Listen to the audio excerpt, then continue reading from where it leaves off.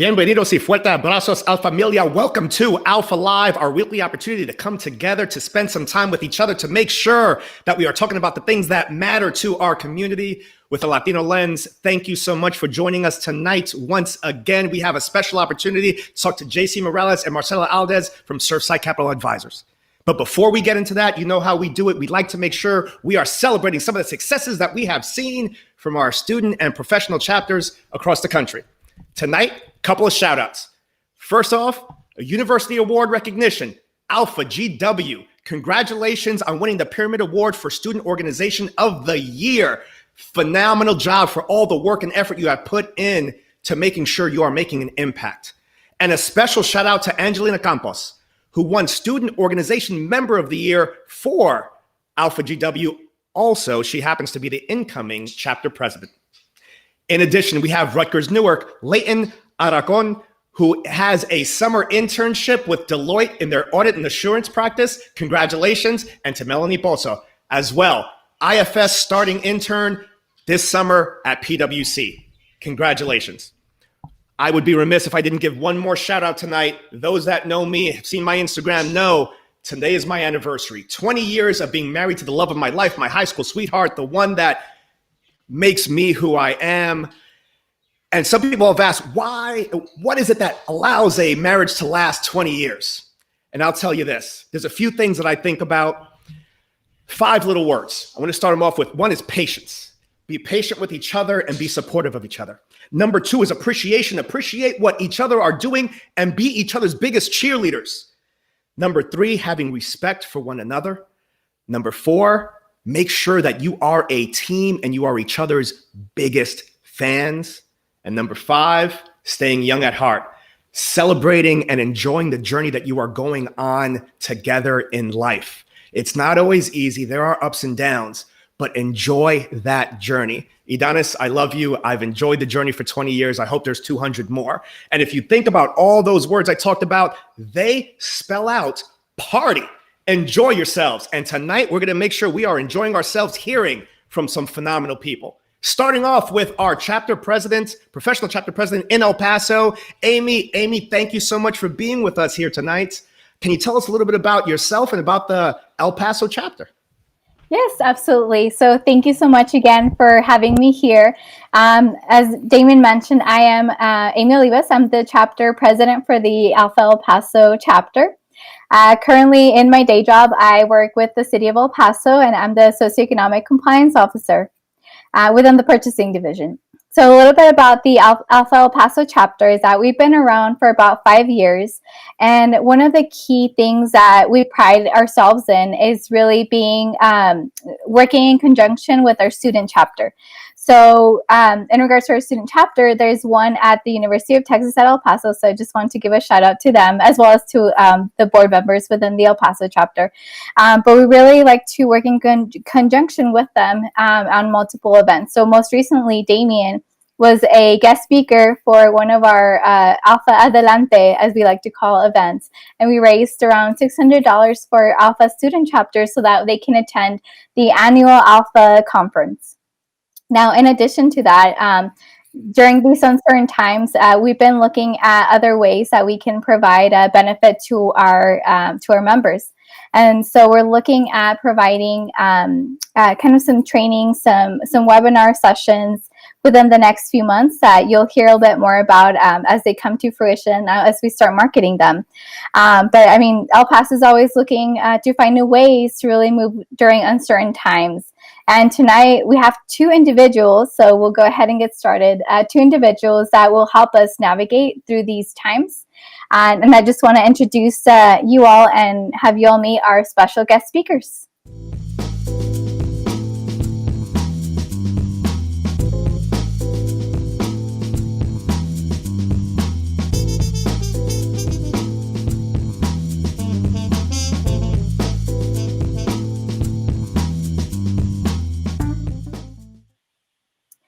Now, Marcela, JC, thank you all for joining us this evening. First of all, I want to start off the conversation by learning a little bit more about yourselves. So do you mind just telling me more about yourself, but then also what you do for your company? Great. Thank you, Amy, and thank you for having us. I cannot tell you, as a lifelong Alpha member and a former national board member, what a great privilege and honor it's been have the pleasure to talk to you all tonight. So, Surfside Capital Advisors is a management consultancy. We're based out of Boston. We have about a dozen folks that have a range of expertise from investment banking, taxes, financial analysis, and HR. And we are in the business of changing trajectories for companies, whether they're trying to raise capital, going after a growth strategy, or even seeking a turnaround. We partner with small and medium-sized businesses to help them realize their growth aspirations. And with me tonight is my partner, Marcela Aldaz. She runs our talent management solutions, and I'll let her introduce herself. Hi, thank you, Juan Carlos, and good evening, everyone. For some of you, good afternoon. Amy, thank you for your leadership. I know what it takes to run a chapter, so really kudos to you and for everything that you have done with the El Paso chapter. Damian, as always, thank you so much for having us. Thank you for your leadership as well. It's such a pleasure to be with all of you tonight. I am, as Juan Carlos also, been with Alpha for many years, since 2005, I believe. I have the honor right now to sit on the national board. I am the national secretary, and I have had many roles with Alpha. From a professional standpoint, I am a partner, Surfside Capital Advisors, and for a number of years now, working as an executive, providing solutions, giving advice and consulting in areas related to talent practices, diversity and inclusion, human resources, but everything with a lens, not just in consulting, but also in business and business strategy. Awesome. And thank you again for joining us.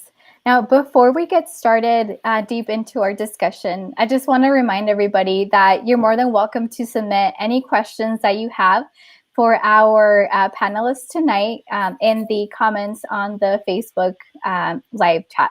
So just if you have any questions, think about them, and we'll go ahead and turn it over to Damian towards the latter half of our discussion. So I'll go ahead and get started with the first question. So the nearly 4.4 million Latina-owned businesses in the U.S. contribute to more than $700 billion to the American economy every year. Yet, some of these contributions to the economy are overlooked. What are your views on the structural inclusion that has impacted Latinos, especially those that own small businesses? Great. Thanks, Amy. So, you mentioned a key phrase there, which is structural inclusion. And I think we all know some of the headlines by now, but I think given the depth and impact of what's going on, it would make some sense to recap, right? We're going through, as we all know, an unprecedented crisis that is both health and economic. And the sad reality is that the economic aftermath will endure and last way longer than the health aftermath, right? Just today, the new unemployment records, we have 30 million unemployed Americans, right? We have a forecasted GDP decline of 30% in the second quarter, right? And an outlook which is fairly negative, because what happens in situations like this is that the economy takes the elevator going down, but an escalator going up. So the first thing that I would say is that the outlook, it's fairly negative, as we all know, right? And that will have a significant issue for Latinos, right? On the healthcare side, right? Just like other minorities, there are four key things that are affecting Latinos disproportionately, right? They are their susceptibility to chronic diseases like diabetes and asthma, the fact that most Latinos live in urban dense area, they're near proximity to each other, right? The fact that they lack access to healthcare, and in doing so are hesitant to go through treatment and testing, right? Or behind or lagging in taking those steps, right? And then largely the ability to have a job which is not conducive to low mobility, right? So if you have a stay-at-home shelter, you're most likely to be protected. But if you're moving because you're in an essential business, and a lot of Latinos are in those spaces, right? You're more likely to get infected, right? So as a population, the Latino population is highly exposed, and there's no better example than what's happening in New York City to attest to those numbers, right? The Latinos have the highest death rate in Manhattan than any other ethnic minority, and it's really a travesty, right?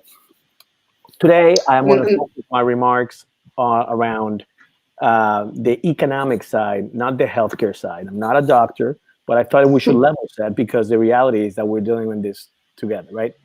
You know, what I'm seeing right now, most of you have heard, if you haven't heard yet, of the PPP program. The PPP program stands for Payroll Protection Program, right? It was enacted as part of the CARES Act, which was a $2.2 trillion legislation that got passed 3 weeks ago. Since then, there's been subsequent stimulus packages, and there's a section of that which tackles small businesses, right? The PPP was originally funded at about $350 billion. Just this week, we're entering the second round, an additional $311 billion for a cumulative funding of about $650 billion, give or take, right? And we are working closely with Latino-owned businesses in helping them get access to that fund because we, as a community, are falling behind. So in terms of structural inclusion, those are the things that we need to be doing. If you are aware of a Latino-owned business, if you are sole contributor or sole proprietorship, if you're an independent consultant, you're eligible to participate in this program. And the data shows as a community, Latino community is falling behind and it's not tapping into these resources. Perfect. Thank you. Now, in regards to the next question, so you spoke in regards to the PPP and how your firm helps them kind of navigate through that process. So during this pandemic, local, state, and federal regulations have kept many of us at home, limiting the time we spent out in public to only essentials. From your perspective, how are Latina-owned businesses being affected? Now, you mentioned, of course, that you've been helping these businesses navigate through the PPP program. So can you kind of help us out understand a little bit more about that? Yeah, so we quickly realized in the first round that the folks that were taking advantage of the PPP were the larger, smaller businesses. By the way, the legislation caps the number of employees, companies with employees lower than 500, right? But there's a lot of companies, even public companies, that have less than 500 employees. And the SBA did, in its onset, didn't even put the website in Spanish, and there were some major technological issues, right? So a lot of Latino businesses got left out in the first round, right? The funds were consumed in 13 days. The second round, which happened on Monday, the 311 billion, through today, they've used 90 billion. So this is moving fast. These funds will be gone by the end of this week or next week, right? In Massachusetts, we have started a coalition called the Massachusetts PPP Equity Program. There's about 15 business services organizations and 5 banks that have signed up. And we're trying to create space for Black and Latino-owned businesses to tap into these resources, meaning to have inventory set up so they are not left behind, right? So if you are a small business owner, you know, if the application is not that cumbersome, it basically gives you funding for 2.5 months of your average payroll, right? If you're a sole contributor and have Schedule C earnings, which is basically your P&L, right? You know, up to $100,000, you will get almost an automatic $20,000 loan. All these loans are or should be converted into grants. So it's almost like saying free money, so long as you have the eligible expenses that are supported to convert the loan to a grant, right? So as a Latino, I feel like as a community, we're not taking advantage of a great government initiative. And my call to action tonight is, if you know anybody that has not applied for the PPP, get to it. You can go to the SBA.gov website, get more information. You need an SBA lender. There's 5,000 SBA lenders. The SBA.gov website has where those lenders are. They are all backlogged, which is fine. CNN published last night that Bank of America received 184,000 applications on Monday, and they only have submitted about 1,000 of them to the SBA. Get in the queue because it's a first come, first served basis, and you want to get a piece of that pie. It's an important part of the economic stimulus that Congress is intended to put into the economy. And I'm going to spend 2 seconds about that. The economy, the U.S. has about 35 trillion in GDP, gross domestic product, right? Between the CARES Act and the Federal Reserve initiatives, right? We are throwing about $6 trillion of economic stimulus into the economy. Now, that might sound like a lot of money, but if you do the math, it's 2 months worth of activity, and we started a month ago, right? So we're halfway through this, and the hope is that as some of the states begin to lift their work from home restrictions, we can take some of that capital, will get thrown back into the economy and sort of restart the economic activity, right? So Latinos, and particularly Latino business owners, sole proprietorships, individual contributors need to take advantage of this. Find an SBA lender, apply. If you cannot find one, go to the technology approved lenders. PayPal has a service, Smart Business has a service, Lendio has a service. These are all online lenders that have been SBA approved and are ready to take your application. Now, JC, kind of following that train of thought, so once a business obtains capital, or if they work with an SBA lender, what are some of the questions that they should be asking themselves before moving forward? Yeah. So first of all, securing in order for you to secure the capital, you need to have some basic pieces of documentation on top of your Social Security, EIN, name of the business, right? The most important was access to payroll records. If you don't have payroll, your 1099 or your Schedule C earnings, which is basically the P&L for your own business, right? Once you secure the capital, capital without strategy and people, it's a waste of money, right? So you have to think about what is your relaunch strategy after the economy gets restarted, right? Do you have the right liquidity management? Do you have the right pivot marketing strategy? Do you have the right people assets, right? Do you have to hire people and stuff like that, right? So, and Marcela is going to talk a little bit about the return to work strategy, because I think securing the capital, making sure your business is still viable, it's important. Equally important is make sure that your people capital is squared away. So Marcela, maybe you can say a few words about return to work and how should businesses should think about their people assets. Yeah, no, absolutely. That's to your point, Juan Carlos. It's a key area for all businesses, and well, we are still a lot of companies, businesses are thinking about the PPP and trying to solve all of the issues they have had as it relates to capital. This is the time to start thinking about the people strategy and what are the steps that need to be taken right now to go back to work or to be successful in bringing the workforce back to work. So there are perhaps 5 key areas that we have identified, being one of them safety. And what I mean by that is what are all the different precautions and actions that companies and business owners need to take into consideration to make sure that their employees are going to be safe in the workplace. And there are a couple of things, like as an example, providing personal protective equipment for their employees, masks, gloves, and things like that. Establishing physical distancing measures within the workplace, and that can happen in I think in different ways. As an example, I have seen a couple of companies that they have decided to take basically measures or distancing how apart the desks of the employees are going to be from one another. There are some other companies also that they're thinking about the bathroom or also the public locations, meaning do we need to perhaps put a list and timing in terms of who's going to go to the bathroom first, how we're going to be taking the lunch breaks and things like that.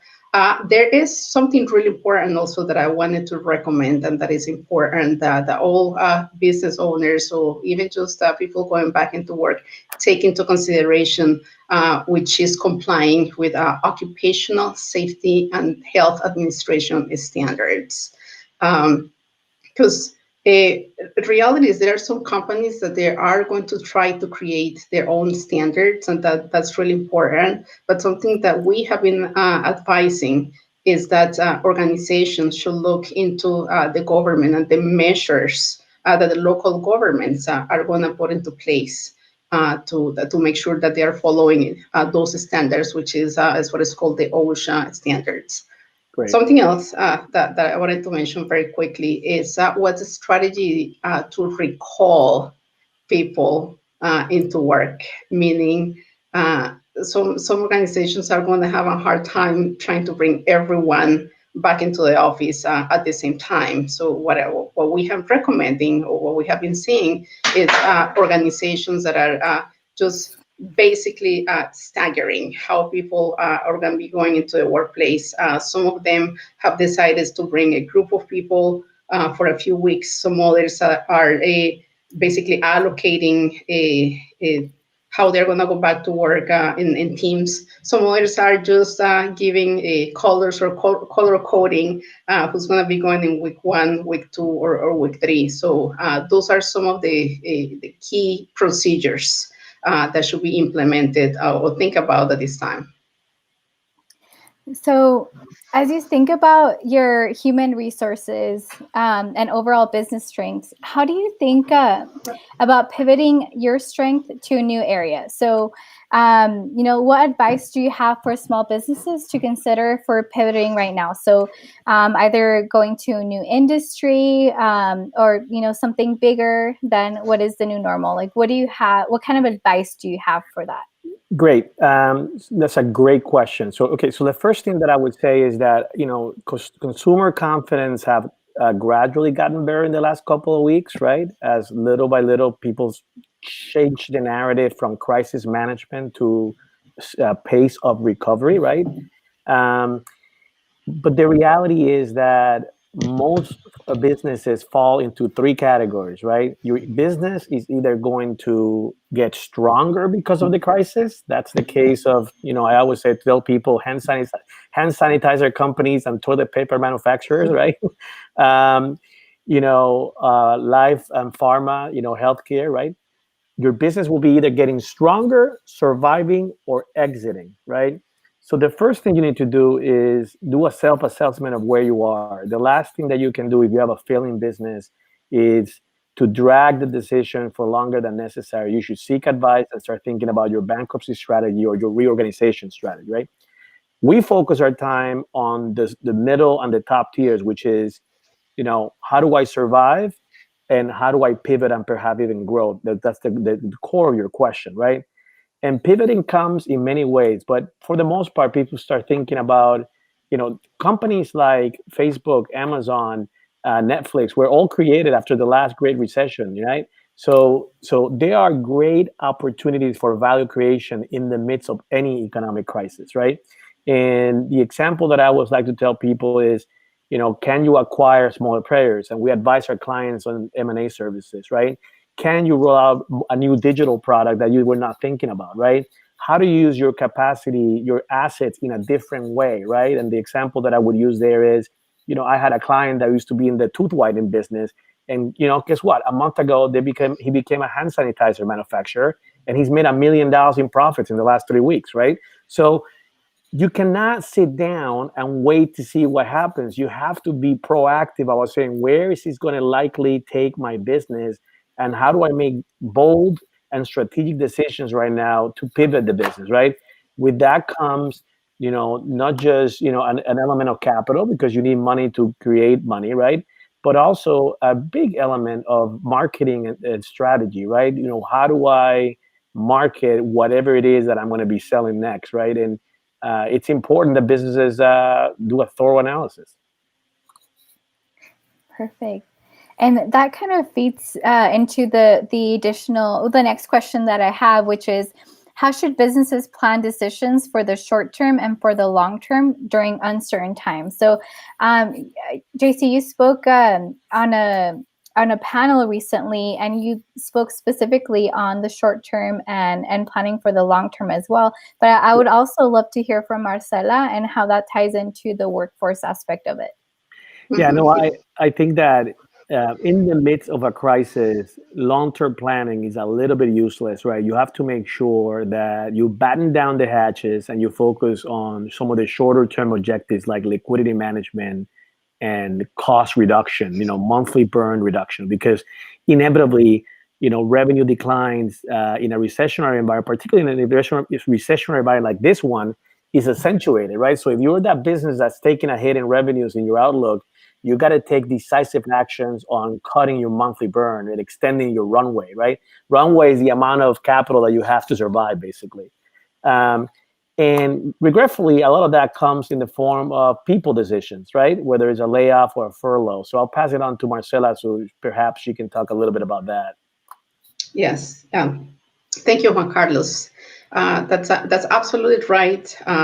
And I think, Amy, you and I spoke briefly about what's the difference between furlough and also a layoff. And just for the sake of providing some context, furlough, it's more it's something that we talk about when companies decide to put individuals on unpaid leave for a short period of time and then bring them back into work. When we're talking about layoffs, that is more a permanent type of measure. So while it's important to think about how to manage those type of measures, it's also important to understand and to have a plan, a short-term plan, as it relates to how the workforce of the future is going to look like, and how basically how it's going to be the framework that we're going to utilize to plan for that workforce of the future. And what I mean by that, as an example, there is a research that indicates that after the pandemic, or like once everyone goes back to work, most likely a lot of the companies that went through this process are going to decide to maintain between 60 and 80% of their workforce working remotely. What that means is that a lot of policies, human resources policies, are going to need to change. As an example, companies need to start thinking, how are they going to do their performance management, right, for employees that are going to be working remotely permanently, because that's different. The systems of accountability are also going to be different. What are the different things and measures and processes, procedures that we need to implement to make sure that we're not just only holding people accountable, but also that we're motivating individuals to stay in the workplace. Also, how we're going to use those measures to promote people into the workplace. So it's going to be what we call that new normal, but we have to think about it right now. We have to start establishing, creating teams, creating task force to start thinking about those different processes, procedures. How is that going to look like? Creating communications, communicating, and over communicating is going to be key, because we need to maintain people engaged. We also need to make sure that they're understanding what are the expectations and what is it that we need them to do to stay involved in the conversation and act on the different strategies that are going to be implemented. For some other companies also, the ones that are going to be recalling most of their employees, they have to think about some of the plans or procedures or things that they have implemented before. As an example, a lot of employees, their hours of work were cut, or their salaries were cut as well. As companies begin recalling employees, they have to start also thinking about how the compensation policies are going to look like, and then also how the rehiring process is going to look like. So it's a lot of stuff, Amy, that are going to be happening. But companies and organizations and leaders need to start thinking and acting on it right now, not tomorrow, not next week, because the more we plan, better position we are going to be successful. Thank you, Marcela. That was very, very helpful. And I know especially there's students that I'm sure are watching us as well, having this discussion. And we have multiple Alpha student chapters across the country. Is there any advice that you would like to give these students as they enter the post-COVID-19 workforce in the coming years? Yes, yeah, absolutely. And I have, it's interesting because I think I'm sure Juan Carlos, this has happened to you as well. We have been talking to a lot of students. The reason is because we're surrounded by students. So we live in Boston, and there are 60 colleges and universities in this area. 200,000 new students coming to the city once a year, and there is a lot of concern, right, in terms of so what's going to be next for us.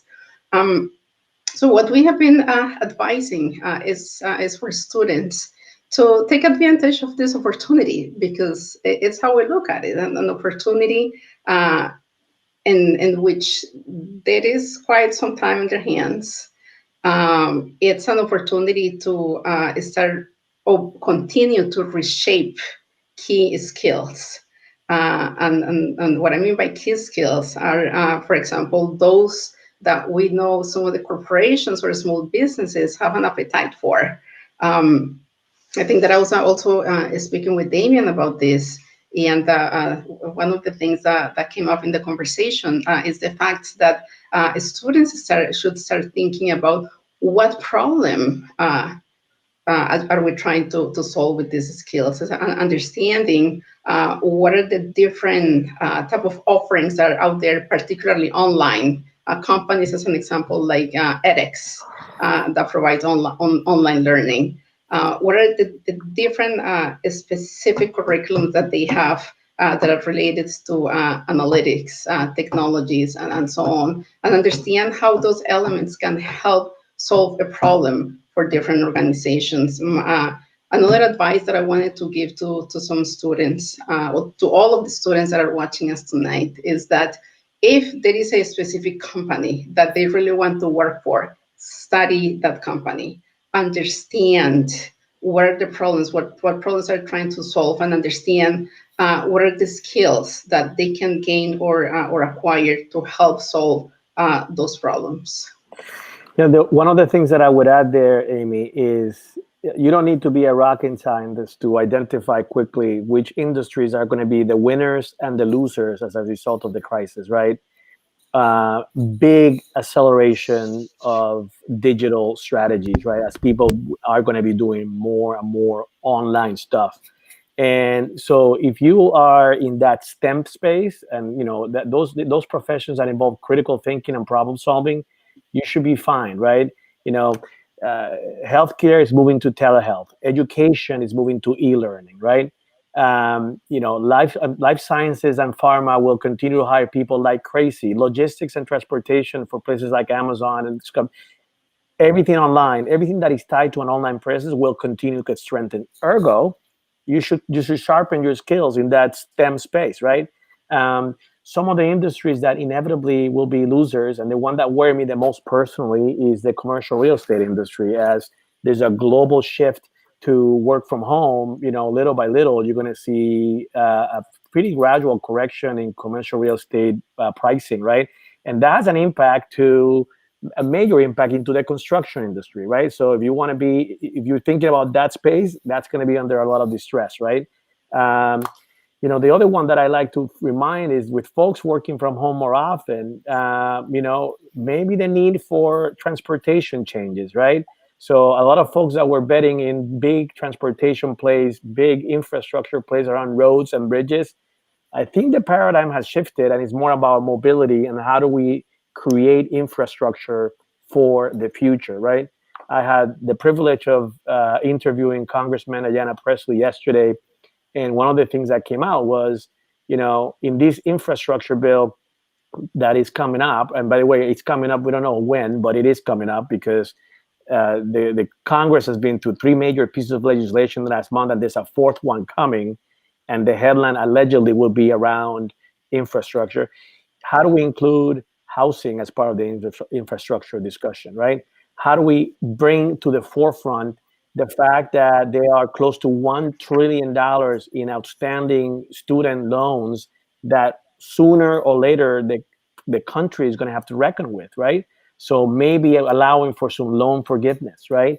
How do we roll out better consumer protections, particularly for tenants that are under duress and for landlords that are going to lose that rent, right? So All that stuff is front and center. And if you are a student, I'll speak from my own personal experience. You know, you should think twice. If you have to choose between getting medicines or getting food or paying your rent, you know what you're going to do, right? The reality is that in most jurisdictions in America, the court systems are putting a cease and desist on evictions and notices to quit, right? So all that's going to come to head in the next 2 to 3 months. And if you're a student, I would focus on the long game, right?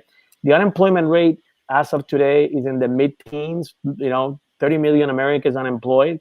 Some people would argue that that's going to climb up all the way to 20, right?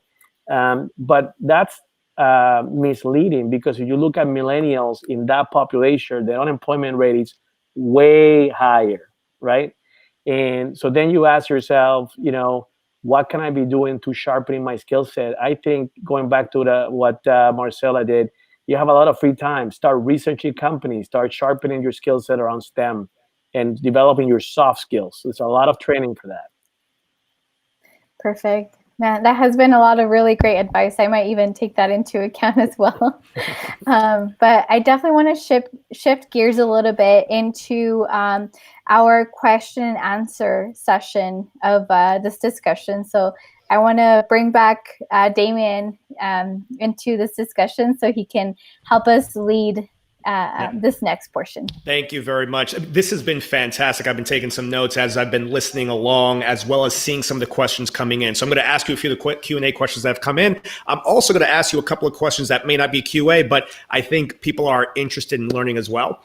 So one, I just want to hear you guys' feedback on this. The first question is, hey, moving forward, should we be making a point to buy Latino, right? Buying from Latino-owned businesses, what's your thought on that? I think I know what the answer is going to be, but I'm curious how you feel about that, and what are just some of your thoughts there? My thoughts is, as a community, we lag in that philosophy. If you look how the Jewish American community, how the African American community, how the Irish American community, how the Italian, and there's a reason for that. The reason for that is that we're way more segmented. There's 16 or 17 Latino, right? But now is the time, right? That as a community, we should buy from each other. We should create buying blocks and economies of scale, right? One caveat is never let the color of your skin or your ethnic background get in the way of making a decision on quality, right? Because when you're dealing with people, stakeholders, shareholders, or clients, you are about the quality that you bring to the table, right? So just because we're going to help each other out, that doesn't mean that we should compromise for quality. We should hold each other to higher standards, right? We should push each other to get better and do better. No, I love that. One of the things I talk to people about is the Latino community. We are diversity within diversity, right? Yeah. We are everything that is out there. And when we talk about diversity, creating innovation, that is what we are about. And it allows us to be able to come up with things that really people. I heard recently a Latina actually created hand sanitizer. Right. I think that was beautiful when I heard that. Right. We are amazing and innovative in our culture.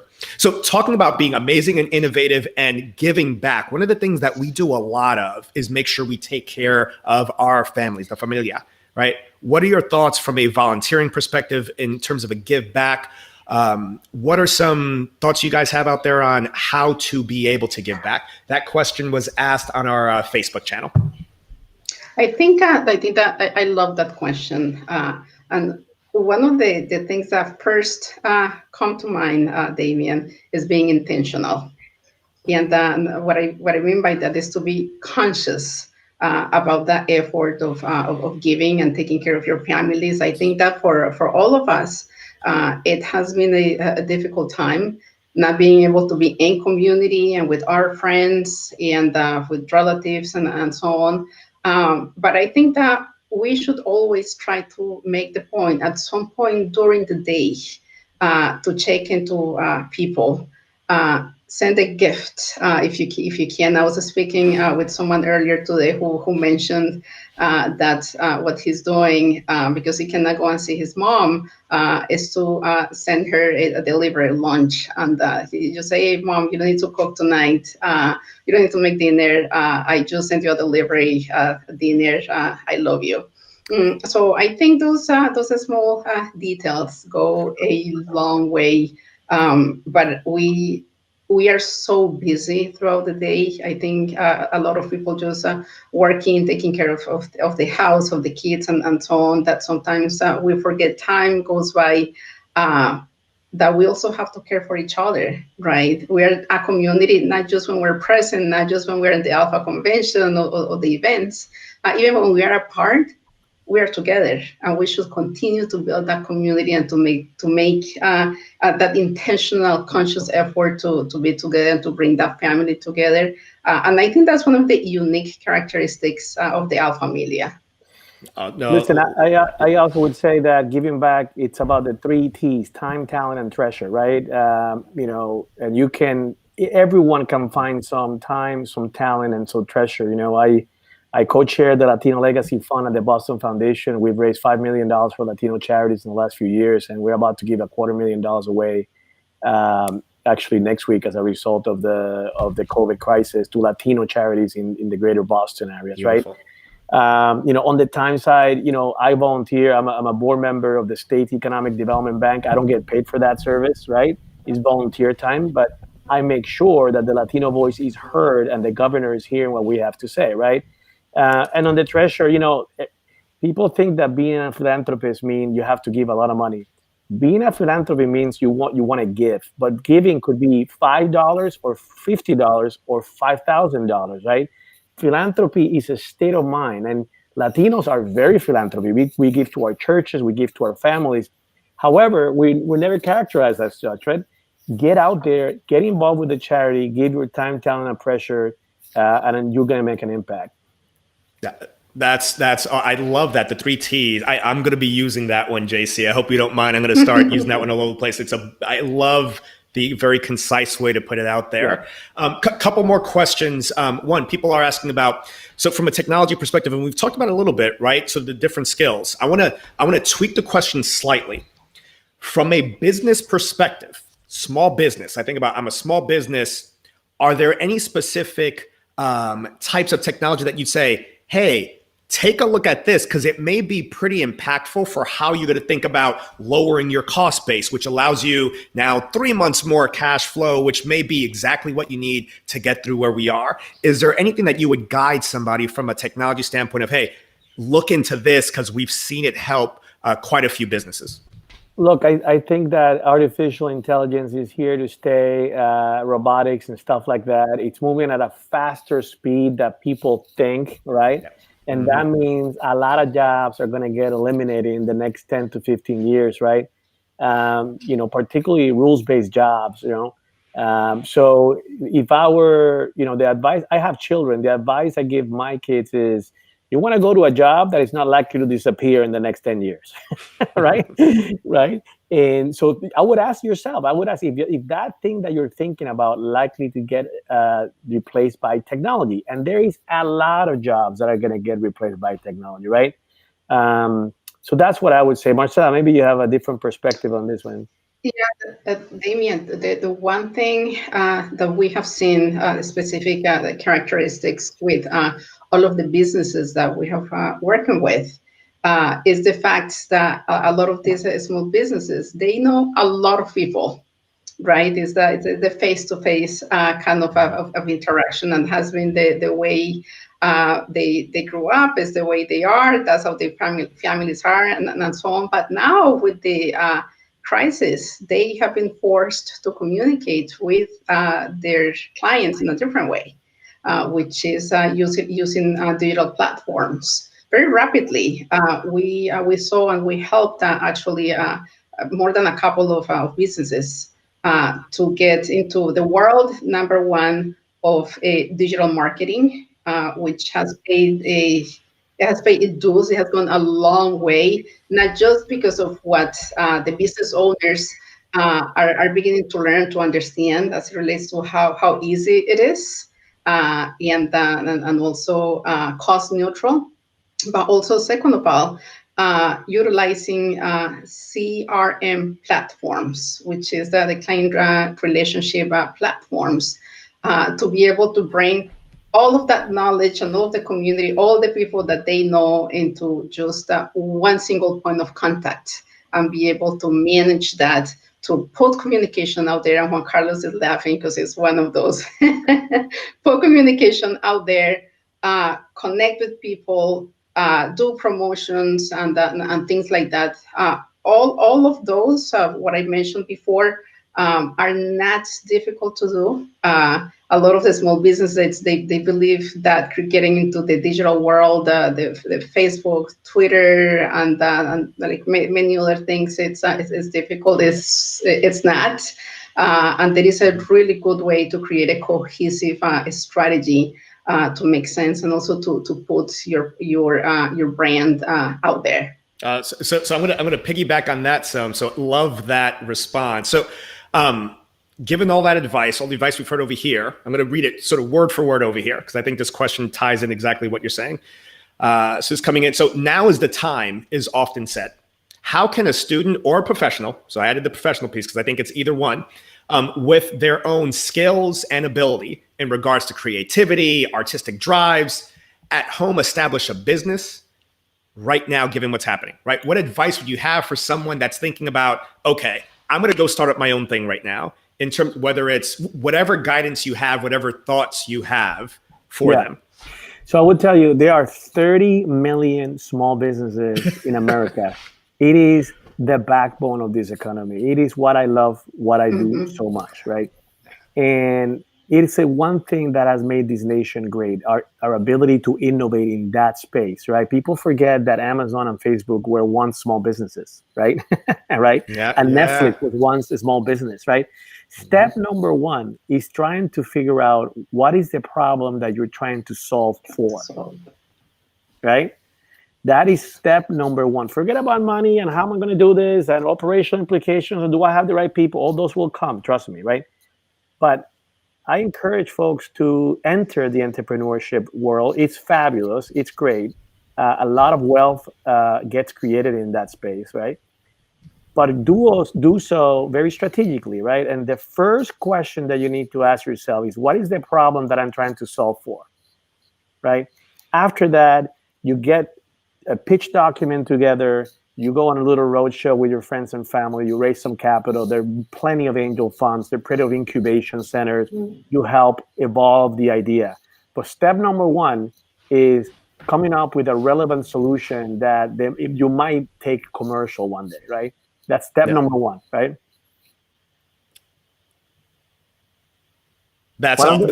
No, thank you very much. I'm sorry, I wasn't sure if you were continuing on there, JC. No, I was just going to use an example. One of the most profitable businesses ever created, and this is going to sound a little crude, right? But if the audience have dogs, you know, the person that invented those little baggies that you use to collect the little things that they leave behind, that person sold that company for $37 million, right? Right? But he was solving a problem, right? So, so what is the problem you're trying to solve? And then take it from there, No, love that. I'm sorry, go ahead, Marcela. Damien, the other piece that I wanted to add is because I think this is really important, and the person that asked that question, thank you for asking it, because I believe and I have heard that there is a lot of hesitation right now from those who want to become entrepreneurs and create their own companies. What we have seen in this economy and this market right now, and what we have seen also before in 2008, is that there is never a perfect time, right? What we have right now is a situation that we can turn into an opportunity, and it's having that courage to JC's point, number one, to understand, to identify what is the problem that we're trying to solve, but number two, to move forward with it. And even though it seems like there is a lot of clouds right now in the sky, this is the moment, I think, that perhaps to invent umbrellas. Because if the rain is coming, then you will be selling a lot of umbrellas. So that's, I think, that's just a piece of advice from a leader, from a person in the community who loves to empower Latinos to move forward. It's just I don't want any of you that are thinking about it to get discouraged because of what is going on. It is the opposite. This is the time. Yeah, no, I love that advice, right? I mean, it's one of the stories that I've heard about out there, and it's great hearing all the stories about Latinas that have done businesses and Latinos in general. Slime, I don't know if you guys, sort of remember, if anybody has kids, you had that slime thing. Karina Garcia is her name. She built an empire, like literally millions of dollars out of slime, and made that into a business and engaging in different ways and leveraging YouTube. And it is amazing what you can do when you find a niche that works for you and just take action. What I heard you guys saying there that translates to me is take action, do something, move forward, test it out, and get feedback, and it'll translate to opportunities, but you gotta take action. I will use as an example. I have an oldest son, my son Nicholas. He's 22 years old. Despite that constant harassment, he didn't want to go to college, right? And a year ago, we sat down and we put together a business plan for his business. He was a professional skier. He went to a very accomplished ski school for prep school, and basically, he ends up putting together a company. He's an extreme skier, and he's developed a skill set in videography. We put together a company. He partnered with another guy, created a brand. They launched this brand around ski. We had to front some capital to get some inventory. The business is up and running. He sold out within 3 months, right? Wow. So off he goes. So, entrepreneurship is great. You just need a little bit of counseling. There are plenty of places where you can get that.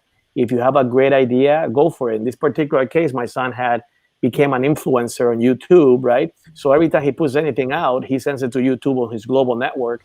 Last thing I knew, he was shooting a film in Japan, right? Around, right? So, and he's 23 years old, right? So. It's outstanding. And I will say this for everybody watching. I've said this to another webinar that we had. I will be your first investor. I'm an accredited investor. I will be your first investor. Come up with an idea, put that pitch together, make sure it is something that is of value that could move forward, and work with some folks to get that thing framed up the right way. I will be your first investor in that and help you through that process. That is what we are about at Alpha. Have you ever done a pitch competition? We haven't. We wanted to do one actually this year in our convention. Great idea. Absolutely. Yes. Absolutely. Because you know what? We have so many different industries and talents as an organization that there's a lot that we can do together. So people that are watching, tune in for that. Stay tuned for that. You heard it here for the first time. We're going to be doing something with it. I will want to close out with this. Let you guys have sort of any final words of advice for the business owners out there, small business owners out there, professionals that are in this time. Any closing remarks that you'd like to be able to provide to them? So I would say that, despite the uncertainty and despite the fear that is in the environment, these too shall pass, right? And we'll come out of it. We don't know where this is going to look at on the other side, right? But we'll come out of it, and it will be different and perhaps even better. I hope it will be better, right? So I think what creates anxiety is the uncertainty. But, this country has had crises every 10 years, pretty much on the spot, since crises have been keeping track on, right? From 1920s to 1930s to 1940s, like 1950s, I can name it to you. Every 10 years, something big happens, right? This one will be behind us. And, it might be a new normal, but I'm not ready to suggest that the new normal is going to be worse than where we were. I think it could be even better, right? It might take a little bit of time. For your students out there, try to retool yourself. For those professionals out there, you're being watched. These are the time that you have to exercise leadership, composure, influence others in a positive way, right? Communicate constantly with your stakeholders, your shareholders, your clients. Be transparent, remain calm. No one likes a cranky, whiny person, right? And, try to spend as much time as you can with your friends and family, because I've always found that that has a way of re-energizing us all, both mentally and spiritually, right? So these two shall pass will be my closing remarks. Thank you. Marcela? I thank you, Damien. I think that we are in a situation right now in history in which we're being given the opportunity to reinvent ourselves. And it doesn't happen that often. So my advice to everyone is to think about it, right? Is to think what are those things that we should be doing differently, or that we can take a different approach. I do believe that what is sustaining us where we are is that trust and is that purpose that we have.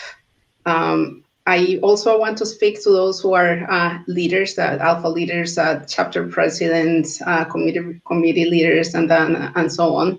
And myself being also one of the leaders, is that we're doing things for the right reasons, which is our community, and we are holding the door open for the next generations to be successful. We're creating that pathway. We're creating that path to leadership, and it is our responsibility to do that. So I also want to invite you all to continue to move forward. People like Amy, like yourself, Damien, to continue to think about those communities, those that are coming behind us or that are walking next to us. It's what are the things like what we're doing tonight, Damien and Amy, that we should continue to do. Right now, what we're doing is to create opportunity for people to connect, to hear new ideas, and to empower, encourage each other to continue to move forward. Thank you so much for that, Marcela.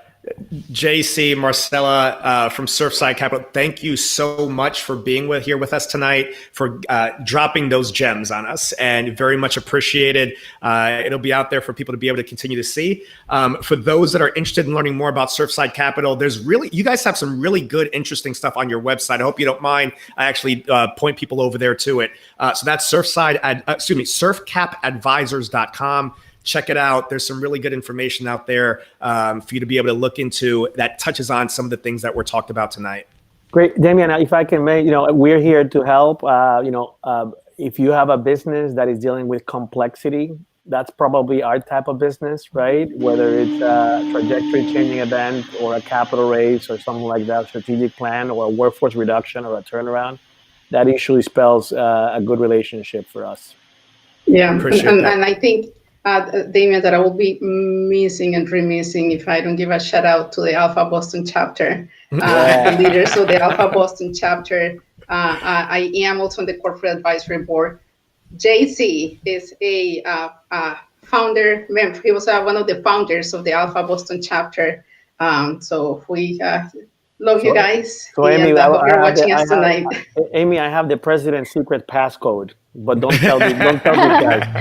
The Alpha Chapter President's secret code. You can text it to me. Yeah. Again, thank you all very much. Amy, thank you so much again from tuning in from El Paso, for being a part of the show tonight. Very much appreciate everything that you are doing over there for the community. Thank you all. Thank you guys very much.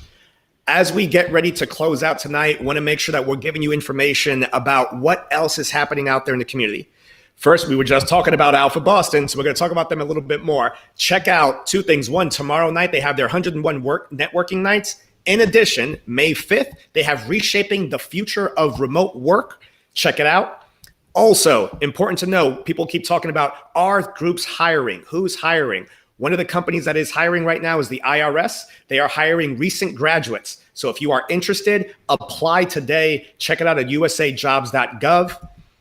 Next, it's important to know we are making those connections with a virtual student symposium.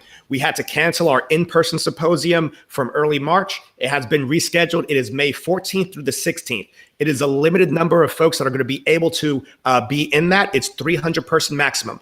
These are some of the companies that are going to be there: Altria, APU, Bank of America, CBRE, EY, KPMG, JPMC. You want to be there. If you have not applied to be part of the virtual student symposium, please do. It is filling up very quickly.